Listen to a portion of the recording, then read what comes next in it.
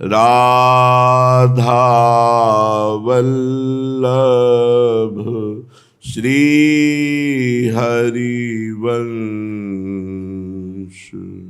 श्री वृंदावन श्री बनचंद्र राधा वल्लभ श्री हरिवंश श्री वृंदावन श्री बनचंद्र वृंदावनेश्वरी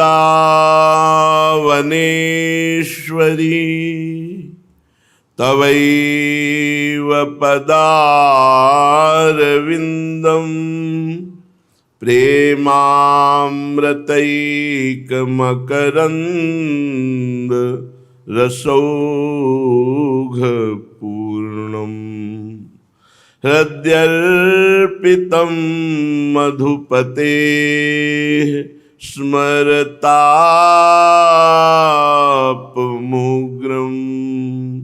निर्वापयत् परमशीतल माश्रयामि परमशीतल माश्रयामि।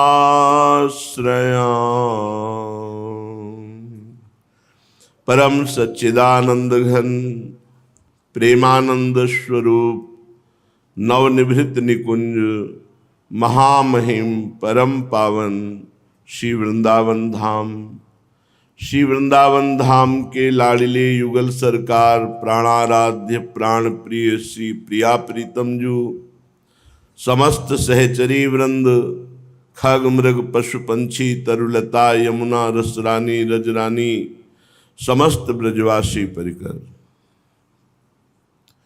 उपासक की उपासना की परिपक्व अवस्था तब मानी जाती है जब भोग सामग्री समीप हो और भोगने की रुचि न हो, और ये भोग्य वस्तु है ऐसा ज्ञान भी खत्म हो जाए।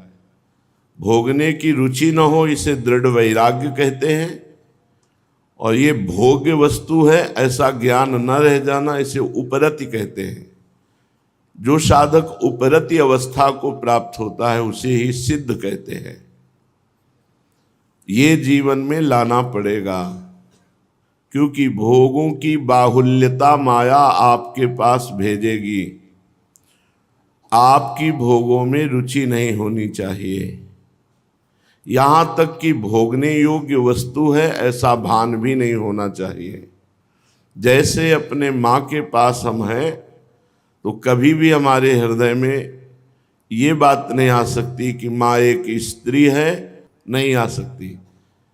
पूज्य बुद्धि होने के कारण हमारी बुद्धि में ऐसी बात आ ही नहीं सकती। ऐसे संपूर्ण माताएं जितनी भी विश्व में हैं, हम बालवत उनके प्रति भाव रखें। जैसे हम अपनी माँ के प्रति, ऐसे सबके प्रति संपूर्ण माताओं का भाव हमारे हृदय में अपनी माता जैसा हो।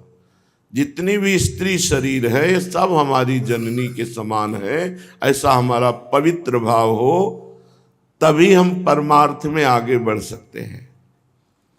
अगर किसी भी माता बहन के प्रति या पुरुष शरीर के प्रति भोग बुद्धि हुई तो योग से जो आनंद होता है वो भोग विषयानंद प्राप्त करने वाली मन बुद्धि अनुभव नहीं कर सकती। और अपने सौभाग्य से योगानंद प्राप्त करने के लिए जो योग चित्त वृत्ति का निरोध करके प्रभु में स्थित करना, ये योग है। निरंतर प्रभु का प्रेम में चिंतन होना, यही सच्चा योग है। तेषाम सततयुक्तानाम भजताम प्रीतिपूर्वकम, प्रीतिपूर्वकम तो ददामि बुद्धि योगम तम। भगवान कह रहे मैं बुद्धि योग कर देता हूं, मैं बुद्धि में उसकी बैठ जाता हूं। श्रीपाद बहुत बढ़िया मंगलमय बात कर रहे हैं कि हर उपासक को, अगर गृहस्थ है तो अपनी पत्नी में केवल गृहस्थ धर्म का भाव करके संपूर्ण माताओं के प्रति हमारा भाव पवित्र रहे, जैसे अपनी माँ, ऐसे हमारा भाव रहे। और करें स्वातिथि, जैसे हम कहीं किसी रिश्ते नातेदार के यहाँ जाएं तो 10-20 दिन भी रहे तो हमें ये रहता है मेरा घर नहीं है, हम तो यहाँ आए हैं, कुछ दिनों के अतिथि हैं, चले जाएंगे। ऐसे अपने घर के प्रति भी रहे, क्योंकि वो आपका नहीं है। न जाने कौन कौन मर गया ये कह के कि ये जगह मेरी, ये घर मेरा। अपने घर में या वास स्थान में अतिथि की तरह रहे, अहंकार न करे कि मेरा आश्रम, मेरी बिल्डिंग, मेरा घर नहीं। बहुत सुंदर। अगर ये हम सब बातें हृदय में धारण कर लें तो भगवत प्राप्ति सहज है।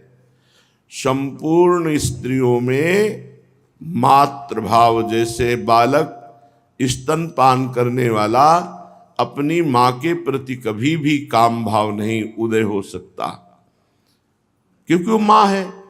ऐसे ही चराचर जगत में हम दृष्टि डाले तो हमारी भोग्य बुद्धि कहीं नहीं होनी चाहिए, चाहे जो शरीर हो, भोग बुद्धि नहीं होनी चाहिए। और जहाँ हम रह रहे हैं वहाँ अपना घर है, ऐसी बुद्धि नहीं होनी चाहिए, अतिथिवत बुद्धि होनी चाहिए। अच्छा, ये तो बाहर का घर हुआ। अब इस शरीर को कह रहे हैं देह गेहे, तो गेह माने घर, देह को भी ऐसे ही प्रयोग करो। ये कुछ समय के लिए मिला हुआ है, ये तुम नहीं हो, ये तुम्हारा नहीं है, ये केवल प्रयोग के लिए मिला है। सरकारी वस्तु है, जैसे सरकारी बंगला गाड़ी मिले तो सरकारी काम के लिए है, ऐसे ये सरकारी है मनुष्य शरीर, ये केवल भगवत प्राप्ति के लिए मिला है, परोपकार के लिए मिला है, समाज सेवा के लिए मिला है। इसे अपना मत मानो, इसे मैं मत मानो, इसे सेवा में लगाओ। सुख देवे को चाहो, सबको सुख प्रदान करें, इसी से हृदय परमानंद में डूबेगा। तो समस्त स्त्रियों में बालकवत भाव अपने में लाकर कि ये सब मेरी माँ, जैसे बालक को कभी काम नहीं सताता, ऐसे ही तुम बालकवत भाव में रहो, बालवत भाव में रहो। संपूर्ण स्त्रियों को माँ के भाव में देखो, अपने घर को अतिथि की तरह सेवन करो, अपने शरीर को भी, ये स्थायी तुम्हारा न था, न है, न रहेगा। भ्रम से तुमने मैं मेरा मान लिया है। इससे केवल परोपकार, समाज सेवा, निरंतर भगवत भजन, पवित्र आचरण। द्वेषम संततमाचरस्त्वष्वपि तनुवाणी हृदा मित्रवत। जो अपने शरीर में निरंतर प्रियता रखते हैं वो दूसरों से द्वेष कर लेते हैं, दूसरों का अहित करने लगते हैं। अपनी शरीर की प्रियता जितना बढ़ेगी उतनी राक्षसी बुद्धि आ जाएगी। द्वेष करो इस बात से, क्रोध करो इस बात में कि जो शरीर की मांगे हैं, जो हमें भगवत विमुख करने वाली चेष्टाएं हैं, हम कभी इनको पूर्ण नहीं होने देंगे। देखो, अपने शरीर में प्रियता हो जाती तो दूसरे शरीर को उबाल के लोग खाते हैं, मांस भक्षण काटते हैं, हिंसा। जैसे हमें अपना शरीर प्रिय है, ऐसे पशु पक्षियों को भी अपना शरीर प्रिय है, पर अपने शरीर में प्रियता होने के कारण, सबलता होने के कारण वो निर्बल पशुओं की हत्या करके उनको भूंज के उबाल के ऐसे खाते। कितनी राक्षसी बुद्धि आ गई। बनते हैं मानव, बनते हैं अपने को बहुत महान बनाना चाहते, समाज में सम्मान और पद प्रतिष्ठा सब, और घृणित कार्य करते हैं। अर्थ अधिक बढ़ जाए और बुद्धि शुद्ध ना हो तो पाप के सिवा कुछ नहीं होता है। रोज शराब पीना, रोज नए नए व्यभिचार करना, रोज पशु पक्षियों का मांस खाना, ये सब बढ़ जाता है। जिनकी बुद्धि में भगवान का आश्रय नहीं, जिनकी जिह्वा में भगवान का नाम नहीं, उनके अंदर राक्षसी बुद्धि आ जाती है। शिष्णोदर परायण, जबान में स्वाद के लिए जीवों का मांस खाना, जनेंद्री में रोज नए नए शरीर का भोग करना, शराब पीना, गंदे विचार रखना, क्या जीवन है। पूर्व पुण्य के अनुसार इस बार तुम धनी मानी हो गए हो, अब ऐसे नीच योनियों में जाओगे कि तुम्हें कोई जानेगा भी नहीं, सारी मनमानी तुम्हारी ठीक हो जाएगी। इसलिए कह रहे हैं कि आप क्रोध करो इस बात पर अपने ऊपर जो आपकी इंद्रियां आपको गलत मार्ग में ले जा रहे, नहीं करूंगा। ज्यादा उद्दंडता करें, 2 दिन 3 दिन उपवास कर लो, ठीक हो जाएंगे। उपवास करने से रजोगुण तमोगुण शांत होता है और सतोगुण बढ़ने लगता है। जहां कभी किसी की इंद्रियां इतनी बलवत्ता दिखावें कि वो भ्रष्ट ही होने वाले, तत्काल उनको उपवास में ले आओ, भोजन बंद कर दो, 2 दिन 3 दिन 4 दिन अपने आप सही हो जाएंगे। तो द्वेष करो इस बात से, क्रोध करो इस बात से कि आपकी इंद्रियां जब गलत मार्ग में जाएं तो आप उनका सहयोग न देकर उनको धिक्कारिए, उनको दंड दीजिए। उपवास आदि ही उनका दंड है। वो जो मांग रहे हैं वो न देना और उनके विरुद्ध चलना, ये उनको दंड देना है। और जो मांग रहे हैं वो दे देना, उनके अनुकूल चलना, ये अपने आप को दंड देना है, दुर्गति में पहुंचा देना है। श्रीपाद कह रहे हैं सबके प्रति शरीर से, मन से, वाणी से प्रिय व्यवहार करो, मित्र जैसा व्यवहार करो। पशु पक्षियों को भी प्यार करो, पशु पक्षियों के प्रति ऐसा व्यवहार। पता नहीं कौन सा महात्मा है, किस रूप में आया हुआ है, सही कहते हैं आपको, कौन किस रूप में है बिल्कुल पता नहीं। जब ना जाने किस रूप में भगवान आ जाए और आपका स्वभाव है तिरस्कार करना, पशु पक्षियों को दुख देना, तो आप अपने भगवान को दुख देंगे। फिर आपको कौन रोक पाएगा दुख भोगने से। इसलिए न जाने किस रूप में भगवान हो। हमें एक पशु का स्पष्ट आशीर्वाद मिला, वो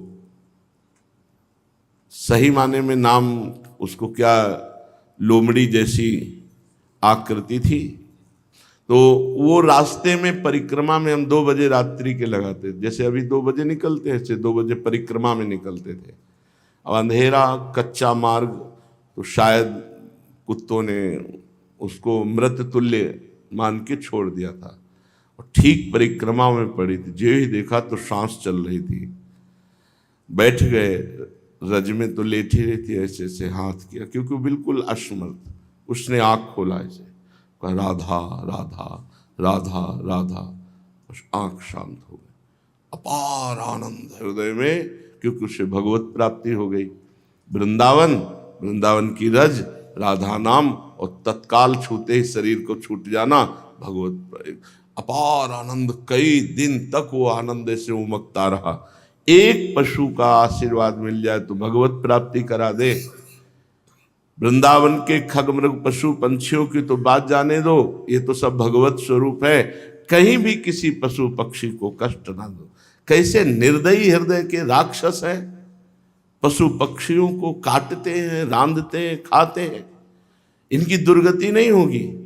ये अपने को क्या समझ रहे हैं, काल को अधीन किए हो। देखना आगे चलकर जीवन में, ना इस जीवन में तुम सुखी रहोगे और ना जीवन के बाद भी सुखी रहोगे।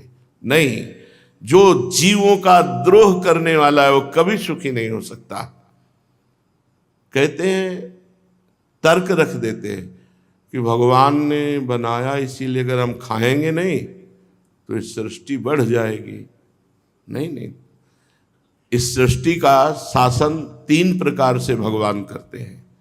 सृजन करते हैं, पालन करते हैं, और वही इसका अपने आप में लय कर लेते हैं। अलग अलग विधान भगवान ने बनाए हैं।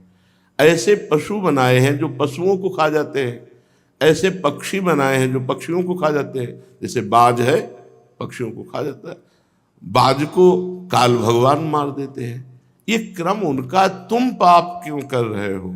तुम मनुष्य हो, मनुष्य के लिए उचित नहीं। जो जिस योनि में है उस अपनी योनि के अधिकार अनुसार यदि वो क्रियाएं उससे हो, उसको पाप नहीं लगता। जैसे जबरदस्ती बलात् पशुओं को हिंसा करके खाता है सिंह, तो सिंह को पाप थोड़ी लगता है। जैसे हम तरबूज पाते हैं तो हमको कोई पाप थोड़ी लगता है, ऐसे सिंह को पशु हिंसा करके खाने में कोई पाप नहीं। जैसे गरुड़ को सांप खाने में कोई पाप नहीं, चाहे जितना विषधर फणधारी हो, क्योंकि उसका विधान बनाया गया है, कानून है ऐसा जिसके लिए जो निर्धारित।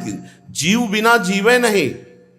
मूली है, गाजर है, गेहूं है, धान है, दाल है, ये सब पौधों में प्रकट हुआ है, ये सब जीवान्न है और उनके अंदर जीव है। क्योंकि जब हम वो पाते हैं तो वही सप्तम धातु बनती, और वही जब मैथुन क्रिया होती, सप्तम धातु स्त्री के गर्भ में जाती, तो वही जीव इस बालिका या बालक के रूप में उत्पन्न होता है, पुत्र या पुत्री के। तो उस अन्न में है ना जीवात्मा।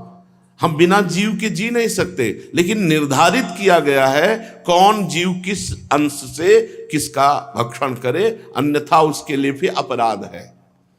तो शरीर से, मन से, वाणी से हमारा सबके प्रति प्रिय, हितकर, मित्रवत व्यवहार हो। संपूर्ण स्त्रियों में माता के समान परम पवित्र भाव हो। चराचर जगत में किसी के प्रति भी हमारा द्वेष नहीं है। हमारा द्वेष हमारी इंद्रियों के प्रति है। जो हमारी इंद्रियां हमें गलत मार्ग में ले जाती हैं, हम उन पर शासन करें, उनको जलाएं, तप के द्वारा, व्रत के द्वारा, भजन के द्वारा उनको संयम में लाएं। शरीर, मन, वाणी से किसी भी जीव को हम कष्ट ना दें, किसी भी जीव को हम दुख ना दें।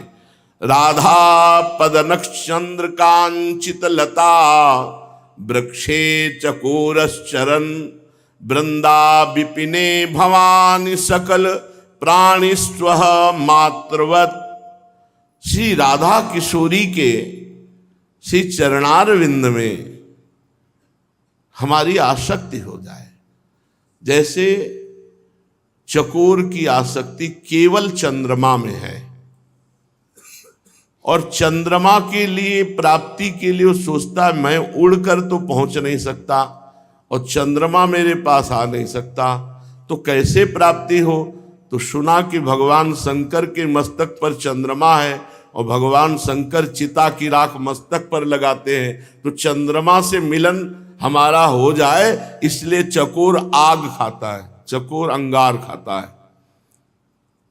लागी लगन छूटे नहीं, जीभ चोंच बर जाए, मीठो कहा अंगार में जाहि चकोर चबाए। और वो इसलिए खाता है कि मैं भस्म हो जाऊं, और कभी भगवान शिव हमारी शरीर की भस्म को मस्तक पे लगा लेंगे तो हम अपने प्रीतम चंद्रमा से मिल जाएंगे। हम ऐसे प्यार करें लाडली जू के श्री चरण नख कांति से। श्री प्रियाजू के चरण नख की कांति करोड़ों चंद्रमाओं को हे करने वाली है। हमारा चित्त चकोर की भांति श्री प्रियाजू के चरणों से प्रेम करे और समस्त विश्व के प्राणियों के प्रति माता जैसा वात्सल्य रखे। जैसे माँ अपने बच्चों से प्यार करती, ऐसे पशु पक्षी सबसे हम अपने वात्सल्य भाव कैसे उसको दुलार करें। सच्ची मानिए सबसे बड़ी भगवान की यही पूजा है। अगर आप पशु पक्षियों को दुलार करेंगे, उनको आप कष्ट नहीं देंगे, आप उनको नहीं मारेंगे, नहीं खाएंगे, राक्षस नहीं बनेंगे, तो नाम जप करो और ऐसा सद्भावना करो तो परहित सरिस धर्म नहीं भाई, इसी से भगवत प्राप्ति हो जाएगी। पीयूष द्रवसार वृष्टि भिरियु ब्रह्मामृतौघैरिव प्रालेयांशु मरीचि वीचि भिरिवस्व सिंधुपातैरिव तीव्रोदार रसा सवरिव लसत्कर पूर पूरैरिवा पूर्णामे मतिरस्तु जीवन तया वृंदाटवी सेविनः। जीवन धन श्री वृंदावन अपने सेवक की मति को प्रियालाल के प्रेम में डुबो देता है। यह है श्रीधाम वृंदावन के आश्रय और वास का फल। जीवन धन श्री वृंदावन धाम, पहली बात लिखा जीवन धन। जिसका जीवन धन हो गया है वृंदावन, तो वृंदावन उसकी मति को प्रिया प्रीतम के प्रेमामृत में डुबो देता है। जो ब्रह्मानंद है, ब्रह्मानंद महान सुख है, लेकिन ब्रह्मानंद को जो फीका कर दे उसे प्रेमानंद कहते हैं। श्री प्रिया प्रीतम के चरणारविंद के प्रेमानंद में वृंदावन मस्त कर देता है, डुबो देता है उसको, जिसने अपना जीवन धन वृंदावन को मान लिया। जैसे मंदाकिनी गंगा है, वो अपनी लहर मात्र से पावन कर देती हैं। गंगा जी का 3 रूप, भूतल पर भागीरथी गंगा, आकाश में अलकनंदा गंगा और पाताल में मंदाकिनी गंगा। तो बोले जैसे मंदाकिनी की धारा, क्यों कहा पाताल में भागीरथी की धारा बोलते? क्योंकि भागीरथी की धारा प्रकट है, मंदाकिनी की धारा यहां सहज नहीं है। अनसुईया जी ने अपने तपोबल से प्रकट किया, चित्रकूट में मंदाकिनी जी विराजमान। ऐसे ही आप वृंदावन का आश्रय लेकर भजन बल से इस धारा में डूब सकते हैं। ये सहज धारा नहीं है। भगवत ऋषि जी ने भी कहा है, संप्रदाय नवधा भगति वेद सुरसरी नीर, ललिता सखी उपासना है सिंहिन को छीर। है सिंहिन को छीर रहा है कुंदन के बासन, कै बच्चा के पेट और घट करे विनाशन। बोले चारों संप्रदाय, वेद सिद्धांत, ये गंगा की परम पावन धारा है, कोई भी गोता लगा सकता है। पर वृंदावन में नित्य विहार रसपरायण श्री प्रिया प्रीतम का सहचरी भाव, बोले ये सिंहिनी का दूध है, ये स्वर्ण पात्र में टिकता है या बच्चा के पेट में टिकता है। तो ऐसे ही यहां जो मंदाकिनी गंगा की बात की, कि मतलब वो गुप्त है, दुर्लभ है। ऐसे ही प्रेम जो है वो अनंग है, प्रेम अनंग है, ऐसे प्रकट में नहीं दिखाई दे रहा और सबके हृदय में विराजमान है, गुप्त है। अगर आप नाम जप करोगे तो ये धारा प्रकाशित हो जाएगी। बोले प्रेम मूल यह नाम है, प्रेमी रसिक जपत यह नाम, तो प्रेम मगन निज बन विश्राम, श्री हरिवंश जहाँ रहा है। इसमें ऐसे नहीं नहा सकते। इस धारा में नहाने के लिए आपको खूब निरंतर नाम जप करना होगा, श्री धाम का आश्रय लेना होगा, रसिकों का संग करके बच्चा बनना होगा, तब ये प्रेम रस हृदय में प्रकाशित होगा। श्री वृंदावन तदगत स्थिर चरान स्वानंद सच्चिद घनान, त्रैगुण्यास्पृश आप लुतान हरिरसोद्वेलामृतैकाम्बुधौ, पश्यन्तौ विलसन्ति संत इह के प्याश्रित सर्वात्मना, श्री राधा चरणाम्बुजदल छायां महायोगिनः। श्रीधाम वृंदावन में जब स्थावर ये वृक्ष आदि, पशु पक्षी आदि, बाहर से आकर वृंदावन में कोई वृक्ष लता लगा दी जाए, कोई पशु पक्षी आ जाए, तो वृंदावन उसे सच्चिदानंद रूप प्रदान कर देता है। क्या साधना की वृक्ष ने, क्या साधना की बाहर से आए हुए पक्षी ने? विश्वास करो इस बात पर। श्री वृंदावन तदगत स्थिर चरान स्वानंद सच्चिद घनान। तो आप जब मनुष्य शरीर में वृंदावन वास करेंगे तो आपको सच्चिदानंद रूप की प्राप्ति नहीं हो जाएगी क्या? जब पशु पक्षियों को, जड़ वृक्षों को भी सच्चिदानंद घन रूप प्रदान कर देता है वृंदावन, जो वृंदावन की इस भूमि में स्थित हो गया, चाहे वो पशु पक्षी हो, चाहे लता हो, वो सच्चिदानंद रूप को प्राप्त हो जाता है। तो तुम तो मनुष्य शरीर से वृंदावन प्राप्त किए हो, विश्वास करो तुमको निश्चित सच्चिदानंद रूप की प्राप्ति होगी। ये त्रिगुणमय जो माया समुद्र है,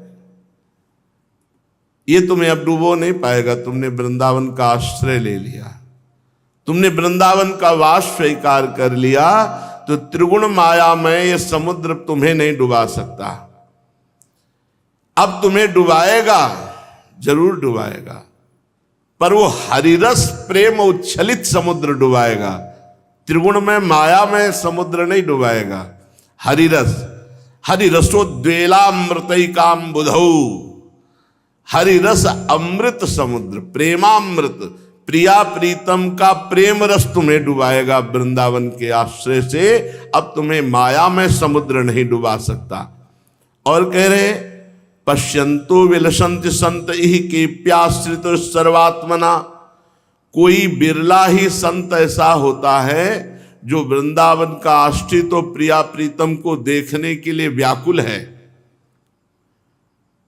वो महायोगी श्री राधा चरणाम्बुज दल की छाया का सर्वभाव से आश्रय लेकर कभी वृंदावन को नहीं छोड़ता, तो प्रिया प्रीतम का साक्षात्कार पा जाता है वृंदावन की कृपा से, रजरानी की कृपा से। यदि मनुष्य जीवन मिला और आप प्रिया प्रीतम से अपनापन नहीं कर पाए, भजन नहीं कर पाए, तो कह रहे धिंग धिंग मामी देह गेह ममताविष्टम तथैव सूत्रप, लोकाराधन साधन प्रणयनम क्षुद्र स्तवोत्फुल्लितम। धिक्कार है हमारे जीवन को। ना हम वृंदावन धाम वास कर पा रहे हैं, ना हम नाम जप कर पा रहे हैं, ना हम प्रिया प्रीतम के रूप में आसक्त हैं, ना उनकी लीला गुण गा रहे हैं। तो धिक्कार है हमारे जीवन को। नाम रूप लीला धाम से यदि नहीं जुड़े तो धिंग धिंग मामी ही, क्यों?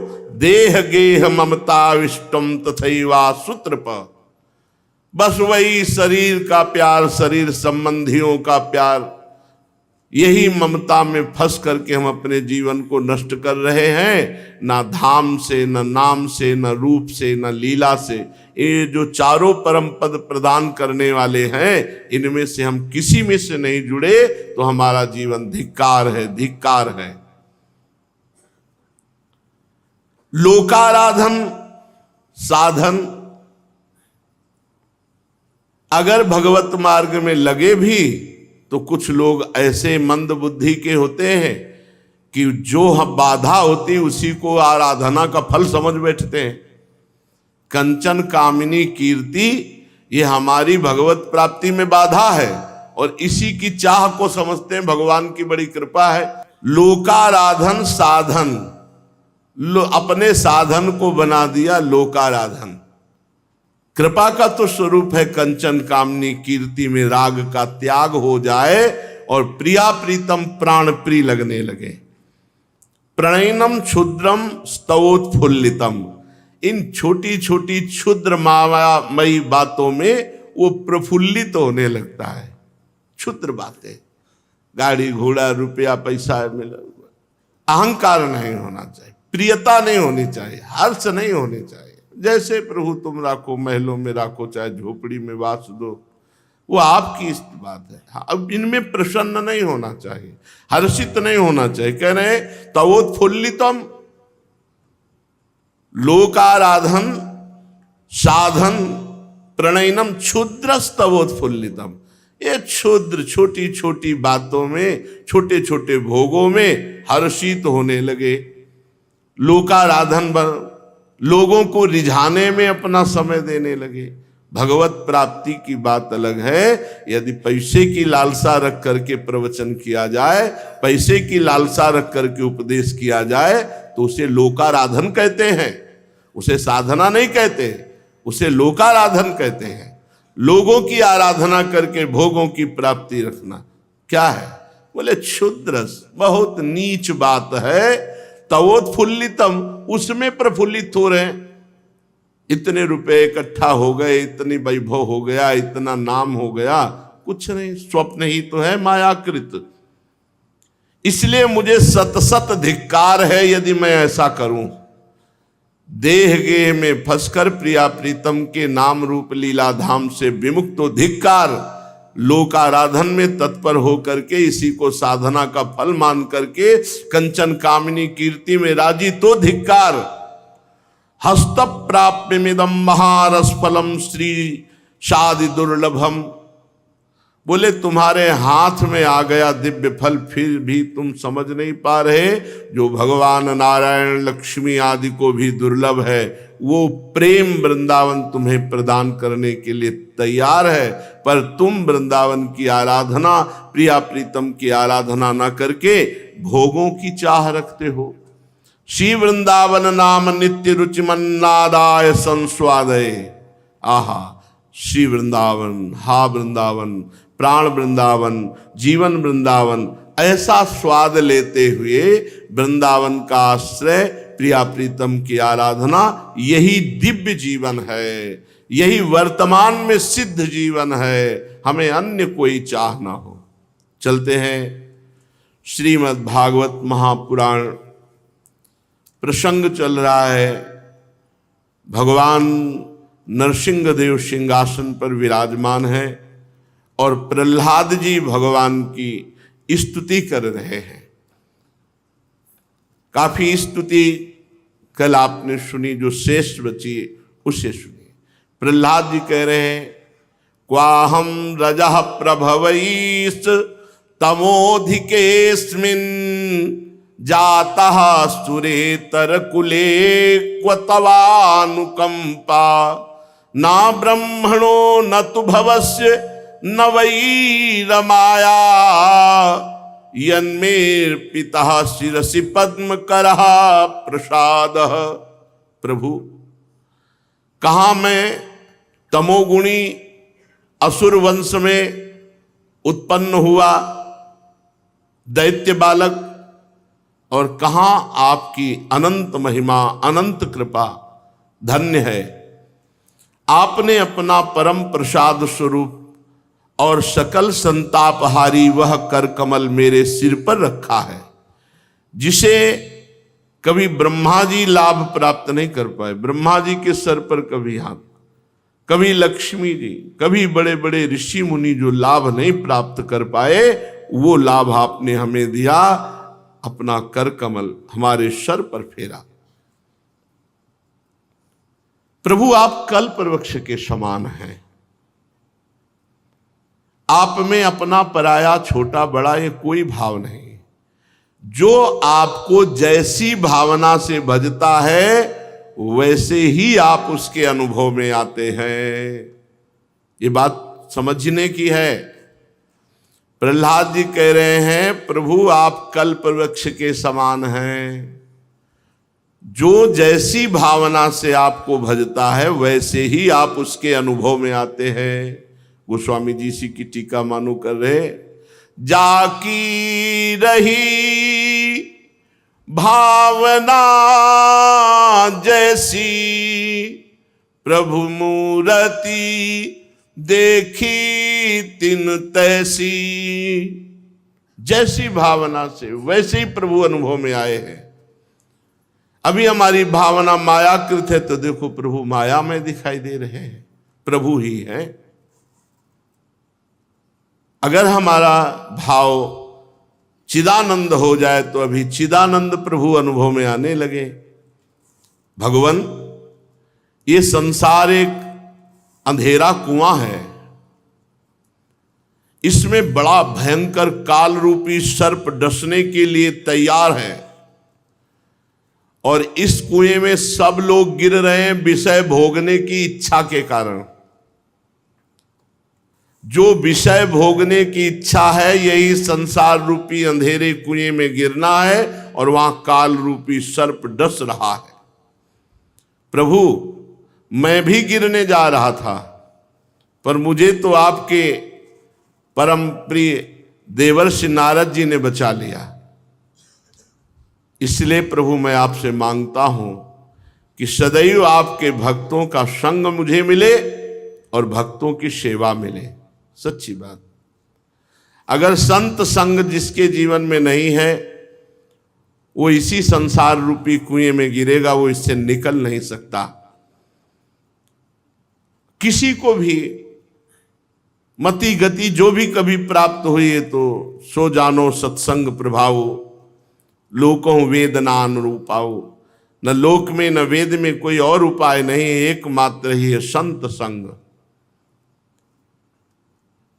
हे अनंत, जिस समय मेरे पिता ने अन्याय करने के लिए हाथ में तलवार लेकर कहा कि मेरे सिवा अगर कोई ईश्वर है तो तुझे बचा ले, मैं तेरा सिर काटता हूं, उसी समय आपने ये नरसिंह रूप धारण किया और मेरे पिता का उद्धार किया और मेरी रक्षा की।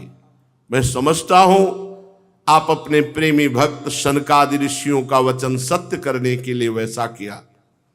भगवान, ये संपूर्ण जगत आप ही बने हैं। ये बहुत बार आई है बात,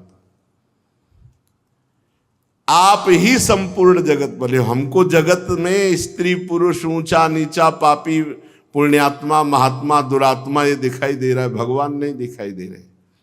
और जिनकी दृष्टि पावन हुई उनको दिखाई दिया, सिय राम में सब जग जानी, करो प्रणाम जोरी जुग पानी। हे भगवान, ये संपूर्ण जगत आप ही बने हुए हैं, आप ही हैं। क्योंकि जब ये जगत नहीं था तब आप थे, जगत नहीं रहेगा तब आप, तो बीच में कौन है? आप ही आप तो हैं, बीच में केवल आप ही हैं। आप अपनी माया के गुणों के परिणाम स्वरूप इस जगत की सृष्टि करके इसमें विद्यमान है। माया का पर्दा ओढ़े हैं, स्त्री पुरुष पशु पक्षी वृक्ष लता 84 लाख योनियों का, और आप ही बैठे हैं।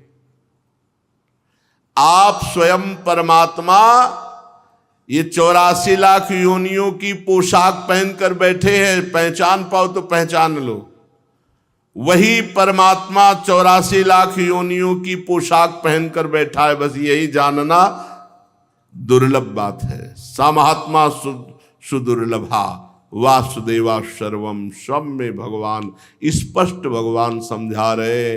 विद्या विनय संपन्न ब्राह्मण में, गाय में, हाथी में, चांडाल में, कुत्ते में जो मुझे देखता है वही सच्चा ज्ञानी है। विद्या विनय संपन्ने ब्राह्मणे गविहस्तनी सुनीचय सुपाके चा पंडिता समदर्श, उसी के नेत्र सही है जो इन सब पोशाकों को पहरे हुए मुझे देखता है। कितना बढ़िया ज्ञान है। 84 लाख योनियों की पोशाक पहने हुए मेरा प्रभु ही विराजमान है। बस पहचान लो, इन कपड़े बदलने से हमारे प्रभु नहीं बदल जाते। जैसे हम किसी अभिनेता अभिनय करने वाले को पहचानते हो तो हर स्वांग में, हर रोल में पहचान लेंगे। चाहे वो क्रूर रोल कर रहा हो, चाहे दया वाला रोल कर रहा हो, चाहे धर्म वाला कर रहा हो, चाहे अधर्म वाला, पहचान लेते हैं ये वो कलाकार है, ये अमुक है। ऐसे पहचानो, 84 लाख योनियों की पोशाक पहनकर नाटक करने में एकमात्र परम प्रवीण भगवान श्री कृष्ण ही हैं। जगन नाटक वैभवा। प्रभु, जब आप माया में पोशाक धारण करते हैं तब आप पहचान में नहीं आते, ऐसी लीला करते हैं पहचान में नहीं आते, क्योंकि आप मालूम ही नहीं पड़ता कि आप हैं। ऐसे अभिनेता हैं हमारे प्रभु, अपना जब रूप छिपा करके माया में रूप धारण करते हैं तो पहचान में नहीं आते। भगवान, ये पूरा जगत आप ही हैं, आपसे भिन्न कुछ भी नहीं है। यही ज्ञान अंदर बैठ जाए। अपना पराया, मैं तू, भेदभाव, ये सब मायाकृत है, माया है। ये जन्म स्थिति लय माया है। अपना पराया, मैं तू, भाव भेद ये जो है, छोटा बड़ा, ऊंचा नीचा, ये माया है। ये सृष्टि, ये पालन, ये लय, ये एक स्वप्न है, माया का खेल है, सत्य नहीं है। ये सत्य नहीं है। ना सतो विद्यते भाव, नहीं सत्य है। थोड़ी थोड़ी देर में झूठा हो जाता है, सत्य कैसे? जब सो रहे थे तो स्थूल देह झूठा हो गया था, पता ही नहीं था है भी कि नहीं। और जब जगे तो स्वप्न झूठा हो गया। जब सुषुप्ति में गए तो जागृत और स्वप्न दोनों लय हो गए। कहाँ सत्य है? नासतो विद्यते भाव। जो त्रिकाल सत्य है उसका कभी अभाव नहीं हुआ है परमात्मा। और ये मायाकृत, ये त्रिकाल सत्य नहीं है। भगवान, आप अपने स्वरूप में संपूर्ण विश्व को समेट करके निष्क्रिय होकर प्रलयकालीन जल में शेष शैया पर आंख मूंदे हुए शयन करते हैं। हे स्वयं प्रकाश, जब कोई अपने स्वरूप में स्थित हो जाता है तो वो भी तुरीय पद को प्राप्त हो जाता है। शंकर सहज स्वरूप संभारा, लाग समाधि अखंड अपारा। स्वरूप ही शांताकार है। जैसे भगवान प्रलयकालीन जल में शेष शैया पर शयन करते हैं, ऐसे ही संपूर्ण सृष्टि का स्वाप्निक जो स्वरूप था वो लय को प्राप्त हो गया और आत्मज्ञानी अपने आत्म स्वरूप में स्वयं ब्रह्म स्वरूप में स्थित होकर वो परमानंद में शयन करता है। प्रभु काल शक्ति और प्रकृति, यही आपकी रचना है। इसी से सब प्रकट होता है। जब भगवान शयन करते हैं तो काल शक्ति को छोड़ देते हैं और मूल प्रकृति को, मूल प्रकृति भगवान में योग निद्रा रूप से स्थित रहती है। और जहां काल समय पूरा हुआ तहां मूल प्रकृति में क्षोभ हुआ तो त्रिगुणात्मिका प्रकट, सतोगुण रजोगुण तमोगुण, और आपका शरीर विराट रूप ब्रह्मांड धारण कर लेता है। और उसी जैसे बट बीज से वृक्ष निकले, ऐसे आपके नाभि कमल से ब्रह्मांड कमल उत्पन्न होता है। उसमें ब्रह्मा जी प्रकट होते, ब्रह्मा जी से संपूर्ण सृष्टि प्रकट होती है। तो हुए तो आप ही ना सब रूपों में। हे प्रभु, हे वैकुंठनाथ, मेरे मन की बड़ी दुर्दशा है। देखो, ये महापुरुष जन हमारे मन की बात प्रभु से करते हैं। जिनके सामने प्रभु विराजमान है, भला उनके मन की क्या दुर्दशा होगी? भला इतने सिद्ध महापुरुष प्रहलाद जी के मन की क्या दुर्दशा होगी? पर वो हमारे मनों को पढ़कर कह रहे हैं कि हे वैकुंठनाथ, मेरे मन की बड़ी दुर्दशा है। ये पाप ही सोचता रहता है, इसे छोड़ दो, इस पर शासन न करो तो गंदी बात ही सोचेगा, बस और कुछ नहीं। बड़ा कलुषित है मन और बड़ा दुष्ट है मन। प्रहलाद जी वर्णन कह रहे कि प्रभु बड़ी इसकी दुर्दशा है। नई तन्मनस्तव कथा सुविकुंठनाथ, संप्रीयते दुरित दुष्ट मसाधु तीव्रम। संप्रीयते दुरते, ये सदैव गंदी बातें, गंदे आचरण, गंदा विचार, ये इसे अच्छा लगता है। इसकी प्रीति है गंदी बातों में। और दुष्ट, ये बड़ा दुष्ट है। मसाधु है अर्थात असाधु, गलत चिंतन, गलत आचरण, गलत विचार, ये दुष्ट है। ये कामनाओं में कामातुरम हर्ष शोक भयैषणार्थम, ये या तो किसी भोगों की कामना करेगा और नहीं किसी बात को लेकर भयभीत हो जाएगा। कभी हर्ष पैदा करेगा, कभी शोक पैदा करेगा, कभी इस लोक की बात में रति करेगा, कभी परलोक की बात सुनेगा, कभी धन में रति करेगा, कभी स्त्री में रति करेगा। ये बहुत दुष्ट है मन।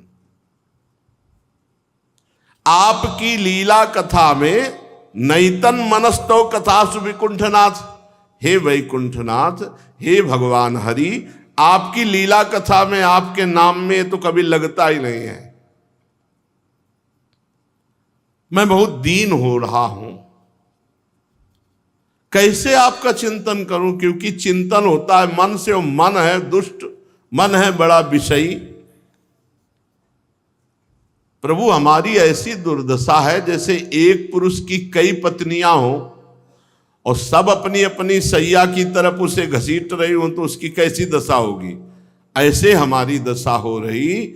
जिह्वैकतोच्युत विकर्षति मा वितृप्ता, शिष्णोन्यतस्त्वगुदरम श्रवणम कुतश्चित।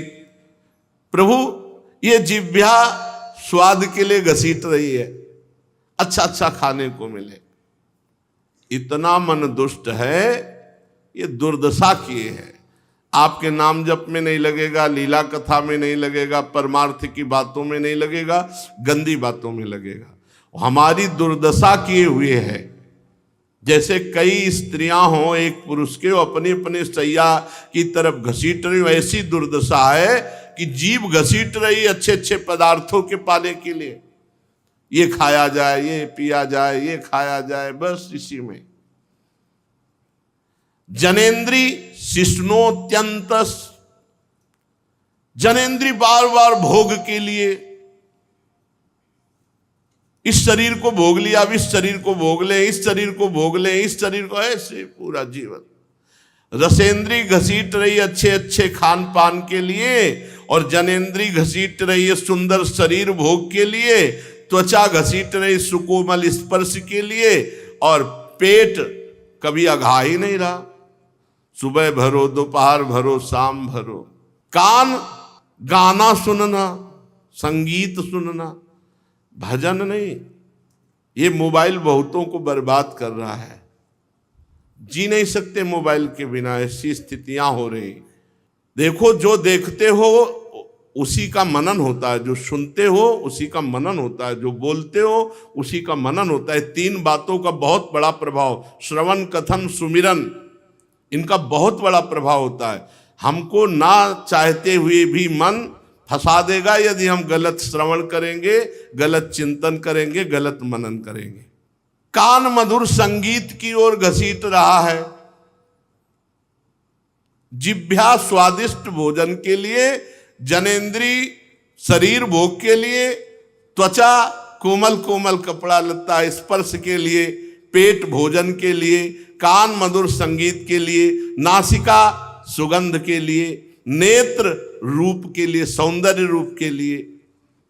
सहज माधुरी अंग अंग की, कही का सोपट तरिए, देखो माई सुंदरता की सीमा। छिन छिन नवीन नवीन रूप माधुरी प्रकट हुई। ये सुंदर सुंदर हमारे लालजू हैं, जहां ऐसी सुंदरी प्रियाजू चकोरी की भांति देख रहे, जहां ऐसे सुंदर लालजू चकोर की भांति प्रियाजू को देख रहे। अरे इधर आओ, कहां पहुंच रहे हो। सुंदर तो प्रभु है, सुंदर तो प्रियाजू है, सुंदर तो सहचरियां है। एक सहचरी प्रकट हो जाए ना तो करोड़ों लक्ष्मियों को मूर्छित कर दे, ऐसी सुंदर सहचरी है। लक्ष्मी कोटि विलक्ष लक्षण लसल, लीला किशोरी सतई, राधाध्यम ब्रज मंडलेति मधुरम, राधा विधानम परम। हे प्रभु, ये सब इंद्रियां अपनी अपनी ओर घसीट, और सब इंद्रियों को एक झटके में घसीट ले, वो है हमारे प्रभु, एक झटके में। इसीलिए कह रहे कि जपो, नाम जप करो। प्रभु क्या, ये जलाती रहेंगी इंद्रियां, चित्त को आकर्षित करके, वशीभूत करके, कहीं कोई स्मरण ना रह जाए, ऐसे ठाकुर हैं, ऐसे प्रभु हैं। इन प्रभु को छोड़ करके कोई इंद्रिय विषय, कोई भोग, कोई वासना, कुछ मन नहीं होता, ना कहीं जाने का, नहीं कहीं आने का, ना कुछ खाने का, ना पीने का, पहनने का तो जीवन में यही पहना है, पहनने को तो यही पहना, नहीं तो एक ही वस्त्र केवल तन ढकने के लिए रहा है, एक ही वस्त्र। आप सन्यास वाला काशी वाली देखना, दूसरा दुपट्टा नहीं है कि कोई दूसरा, एक वस्त्र छाती से लगा ले, न पहनने का, न खाने का, न पीने। तो क्या ऐसी वस्तु है जो यहाँ अच्छी लगती? कुछ अच्छा लगता है? यहाँ कोई वस्तु है अच्छी लगने की? यही तो भगवान की माया है, बस यही समझना है। पर वो नहीं, शरीर को मैं मानना, शरीर का श्रृंगार करना, शरीर के भोगों में सुख पाना, बस यही भगवान की दुरंत माया है। अगर भगवान के आश्रित हो जाया जाए, अरे वो ऐसे खेल खेलते हैं कि कुछ तो वाणी से बताए जा सकते हैं, कुछ केवल जाने मोरी छाती, हृदय केवल जानते। हे प्रभु, ये इंद्रियां सब अपने अपने विषय की ओर खींच रही। प्रभु, मैं इस संसार रूपी वैतरणी में गिर ही गया था। अब वो तो बस जन्म ही होना था।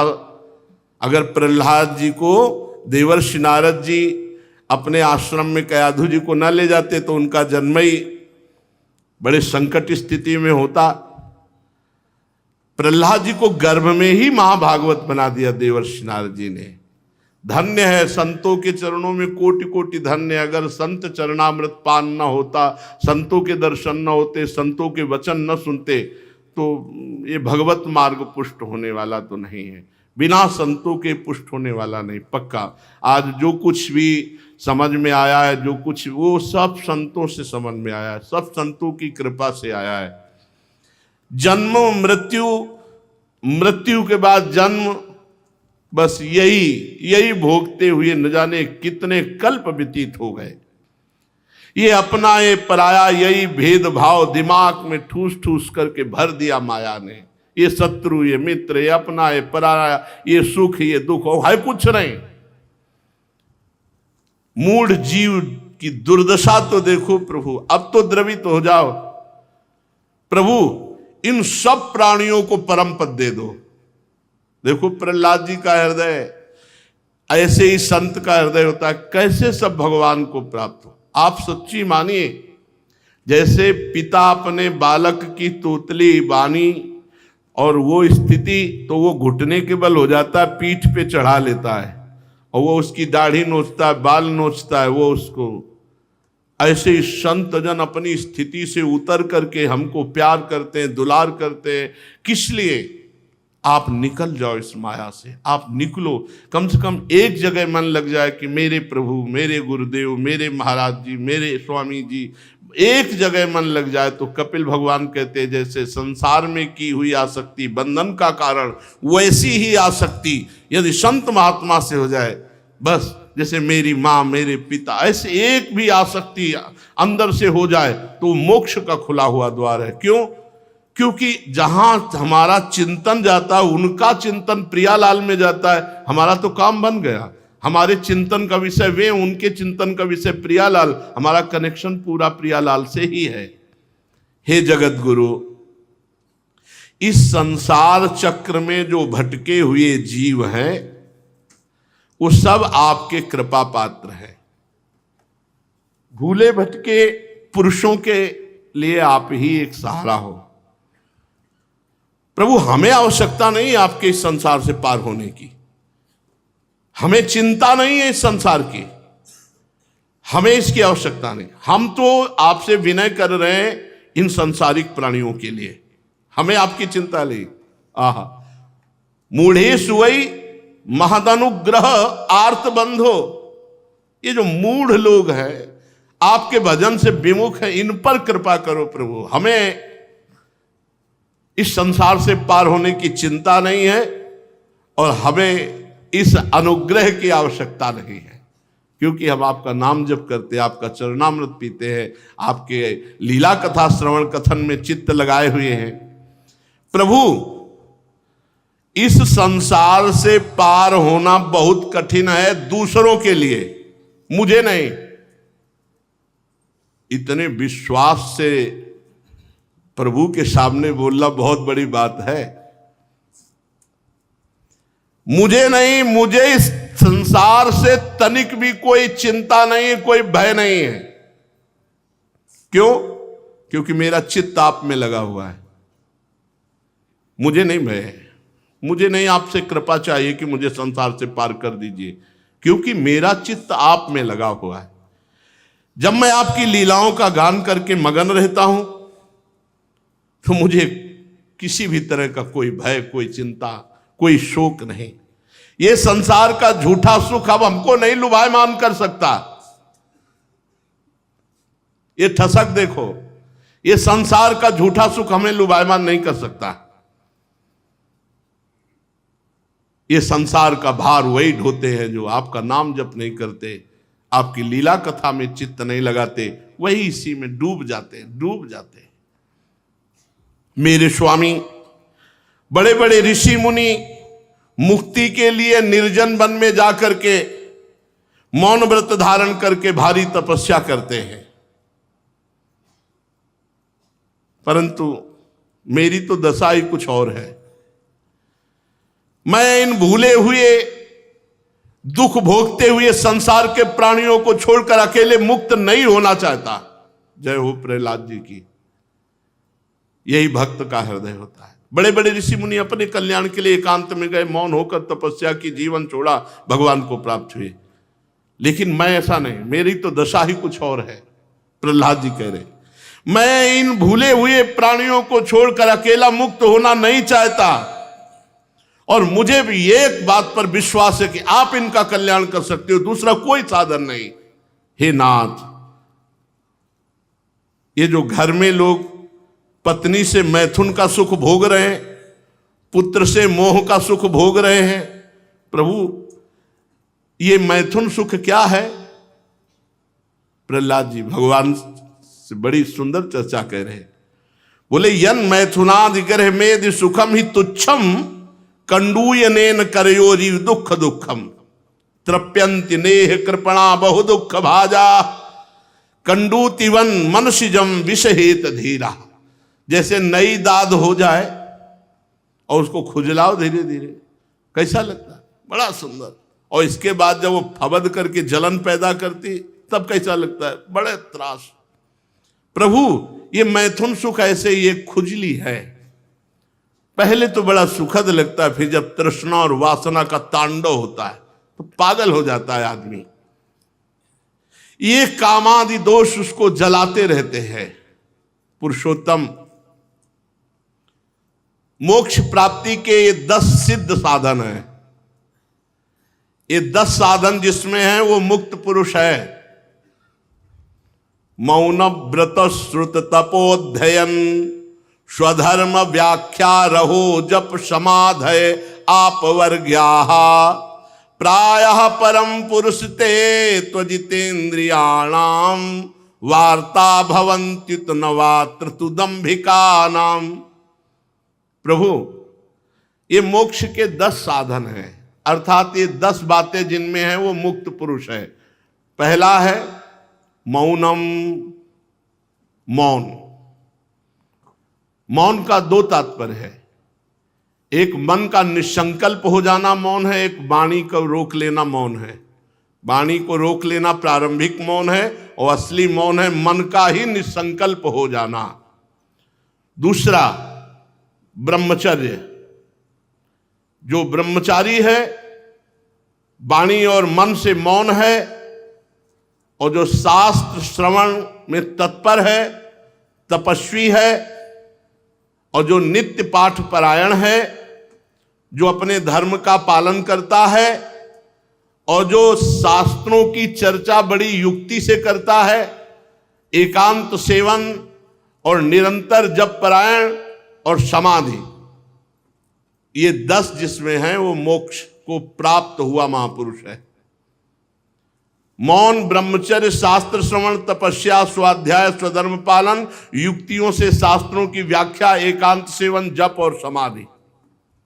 परंतु ये बहुत कठिन है। जिनकी इंद्रियां वश में नहीं, वो इसको दंभ पाखंड करने लगते हैं। इन्हीं साधनों का दंभ पाखंड करने लगते हैं, दिखावा करने लगते हैं, और अपने जीवन निर्वाह का साधन बना लेते हैं। और जब भंडा फूटता है इनका तो बहुत बुरी तरह नष्ट हो जाते हैं। ये दाम्भिक लोग, पाखंडी लोग, जब तक इनका भांडा नहीं फूटता तब तक ये खूब जीवन की जितनी भी आवश्यक भोग सामग्रियां एकत्रित करते रहते हो। जब पोल खुलती है तब सब नष्ट हो जाता है। प्रभु काष्ठ मंथन के द्वारा जैसे अग्नि प्रकट की जाती है, ऐसे ही जब नाम आप जिह्वा पर रगड़ोगे, जैसे दो लकड़ियों के मंथन से अग्नि प्रकट होती है, ऐसे ही राम कृष्ण हरि राधा जो आपको प्रिय लगे, राधा राधा राधा राधा राधा, जब जिह्वा से नाम रगड़ तो ज्ञानाग्नि प्रकाशित हो जाती है, प्रेमाग्नि प्रकाशित हो जाती है। जपो, करो। एक उपासक कह रहे तो कुछ करने का मन होता है। अरे भैया अनुष्ठान कर, दिव्य से दिव्य भगवान की दिव्य शक्तियां तेरे हाथ में आ जाएंगी। कौन सी ऐसी शक्ति है जो ना प्राप्त हो जाए? अगर करने का मन है तो संसार की तरफ क्यों जा रहा है? भगवान की तरफ चलना। रोज 108 गोपाल शास्त्र नाम का पाठ कर, रोज चतुरासी जी का पाठ कर, ले अनुष्ठान ले, तो रोज 108 माला जप निज मंत्र की कर। उसको ये समझ में नहीं आ रहा कि जैसे एक अंधा आदमी कुएं में गिरने जा रहा, दूसरा अंधा उसको पकड़ के चला रहा है, तो दोनों कुएं में गिरेंगे।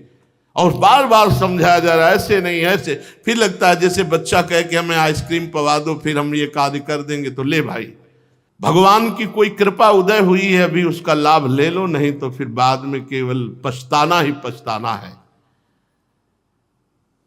जो अग्नि, वायु, पृथ्वी, जल, आकाश, इन्हीं से बना हुआ शरीर है, इसको मैं मान रहा, कितना गलत हो गया है। इसको मैं मान रहे, इंद्रियां, प्राण, मन, चित्त, अहंकार, इसी को सब कुछ अपना मान रहे हैं। और ये मायाकृत है, इसीलिए माया में चित्त लग रहा है। प्रभु जब तक आप कृपा नहीं करेंगे ये जीव नहीं हट पाए। और प्रभु की कृपा का हमारे ऊपर बहुत वर्षा है एक तरह से। कैसे? पर रोज सत्संग मिल रहा है, रोज साधु संग मिल रहा है, और आपको कृपा का अनुभव नहीं हो रहा। एक बार केवल हनुमान जी से मिलन हुआ, विभीषण जी कह रहे अब मोहि भाव भरोस हनुमंता, बिनु हरि कृपा मिले नहीं संता। और रोज आपको महापुरुषों के चरित्र, महापुरुषों की बातें सुनने को मिल रही। अरे मान जाओ, जीवन का परम लाभ श्री प्रिया लाल से चित्त का जुड़ जाना है। प्रभु आपकी सेवा के 6 अंग हैं। पहला है सेवा पूजा, जो विविध पदार्थों से की जाती है। दूसरा है समस्त कर्मों का भगवान को अर्पण करना। तीसरा है भगवान की स्तुति, रोज स्तुति करना। चौथा भगवान को प्रणाम करना। ये सब नियम दिए हुए हैं, सबको बोला है, चाहे 5 बार, चाहे 11 बार, चाहे 21 बार, चाहे 101, 51, ऐसी दंडवत का नियम लो। हम कहा चाहे स्त्री शरीर हो चाहे पुरुष शरीर हो, 11, 21, 51, 108 दंडवत का नियम लो। क्या चला जाएगा? 10 मिनट अगर आप दंडवत करोगे तो शरीर भी स्वस्थ रहेगा और अपनी सेवा भी होगी। भगवत प्राप्ति की इस सेवा के, भक्ति के 6, ऊपर सुना मोक्ष प्राप्ति के 10 साधन: मौन, ब्रह्मचर्य, शास्त्र श्रवण, तपस्या, स्वाध्याय, स्वधर्म पालन, युक्तियों से शास्त्रों की व्याख्या, एकांत सेवन, जप और समाधि। और यहां भगवत प्रसन्नता के लिए जो सेवा की जाती है उसके 6 अंग। उसमें पहला आप रख लीजिए, आप दंडवत प्रणाम कितना करते हैं? सबके लिए प्रार्थना है। अरे 5 रख लीजिए, 11 बार दंडवत, क्या जाता है? 2 मिनट में 5 दंडवती हो जाएंगी। 5 बार मंत्र जप किया और दंडवत हुए। मान लो स्त्री शरीर पंचांग करो, पुरुष शरीर साष्टांग करो, लेकिन नियम तो चलना चाहिए। भगवान की स्तुति गाना, जैसे स्तुति में अपने सब सुधा निधि पूरी स्तुति है, 5 श्लोक याद कर लो सुधा निधि के, और रोज प्रियाजू के सामने 5 श्लोक सुना दो, स्तुति हो गई, प्रणाम नमस्कार हो गया। और समस्त कर्मों का अर्पण। तो अब जैसे अपने लोग हैं तो कुछ रह ही नहीं गया तो क्या अर्पण करें, पर जिनका है अभी कुछ तो सुबह से शाम तक अर्पण करने की विधि रखो। एक एक घंटे में अपने समय को, जो कर्म किया है कर्म सहित समय को भगवान को अर्पण कर दो। सेवा पूजा, जो भी सामग्री अच्छी से अच्छी तुम अर्पित कर सकते हो प्रियालाल को अर्पित करो। चरण कमलों का चिंतन करते हुए नाम जप, प्रियालाल के गौर श्याम चरणों का चिंतन करते हुए नाम जप और भगवान की रोज लीला कथा सुनना। इन 6 अंगों का पालन किए बिना किसी को भक्ति प्राप्त नहीं हो सकती। 10 लक्षणों का पालन किए बिना कोई मोक्ष नहीं प्राप्त कर सकता। 6 अंगों का पालन किए बिना कोई भक्ति नहीं प्राप्त कर सकता। तो अपने भक्ति मार्ग में है, नियम से रोज दंडवत, नियम से चाहे एक श्लोक सुनाओ, रोज प्रियाजू को श्लोक सुनाओ। नियम से अपने समस्त कर्मों को प्रभु को अर्पित करो। रोज सेवा पूजा जो अपने ठाकुर जी की है, बिल्कुल अंदर से चिंतित रहो, मेरे ठाकुर इस समय भूखे होंगे। ऐसी भावना जब जागृत हो जाए, कितनी जल्दी मैं जाऊं और अपने ठाकुर को भोग अमनिया करके पवाऊं। सेवा पूजा और भगवान के चरणों का चिंतन करते हुए नाम जप करना और भगवान की लीला कथा रोज नियम से सुनना, इन 6 अंगों से भक्ति की प्राप्ति हो जाती है। प्रभु, जब भक्ति प्राप्ति हो जाती है तो आप फिर दूर नहीं रहते, साथ खेलते हैं। पक्का पक्का आप तो अपने परम प्रिय भक्त जनों के सर्वस्व हैं। आप अपने भक्तों के सर्वस्व हैं। नारद जी कहते हैं, इस प्रकार प्रहलाद जी ने बड़े प्रेम से बड़े दिव्य ज्ञान संपन्न भगवान की स्तुति की और भगवान के चरणों में सर रख करके चुप हो गए। नरसिंह भगवान का क्रोध अब शांत हो गया है। बड़ी प्रसन्नता से श्री भगवान बोले। वो चर्चा आगे। श्री राधा वल्लभ लाल की जय।